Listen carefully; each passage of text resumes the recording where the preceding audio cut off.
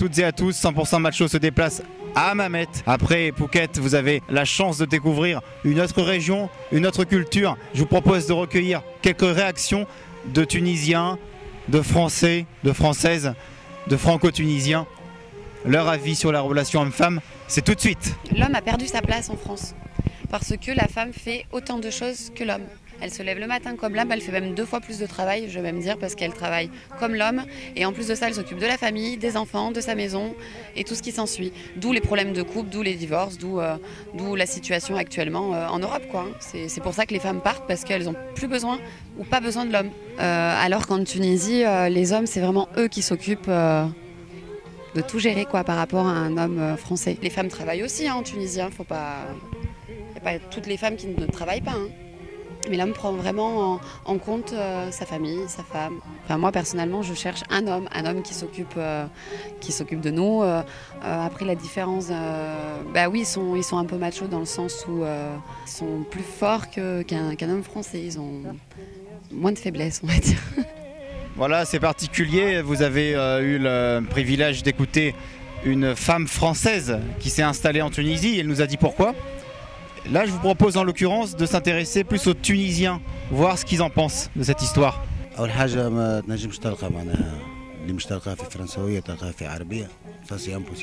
Ici, c'est vrai que les filles, elles sont quand même un peu plus réservées. Mais ce sont souvent les femmes un peu plus âgées qui sont voilées et un peu la jeunesse tunisienne qui sont un peu habillées avec le style un peu fashion, un peu tendance de nos jours. On peut toujours, bien sûr, trouver des filles...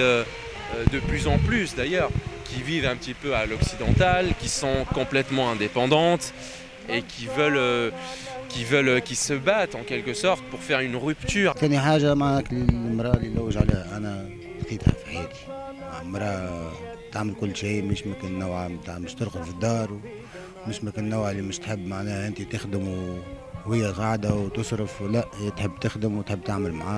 Parce qu'ici quand même c'est un pays qui reste assez conservateur. Les valeurs de la famille, le poids de la religion, des traditions, il est quand même assez ancré dans la société tunisienne. C'est-à-dire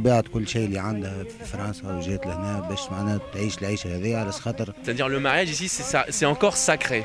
C'est-à-dire une fille qui ne s'est pas mariée à l'âge de 25 ans, 26 ans, c'est mal vu en fait, c'est mal perçu parce que on commence à se poser des questions, la famille, l'entourage.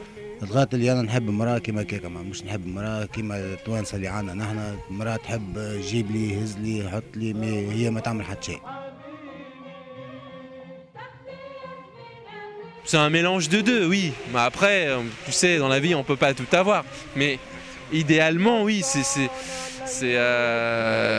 que je recherche. Mais bon. Apparemment, la femme parfaite, peut-être, serait franco-tunisienne. Merci de nous avoir suivis. On se retrouve très bientôt pour un autre voyage. Merci.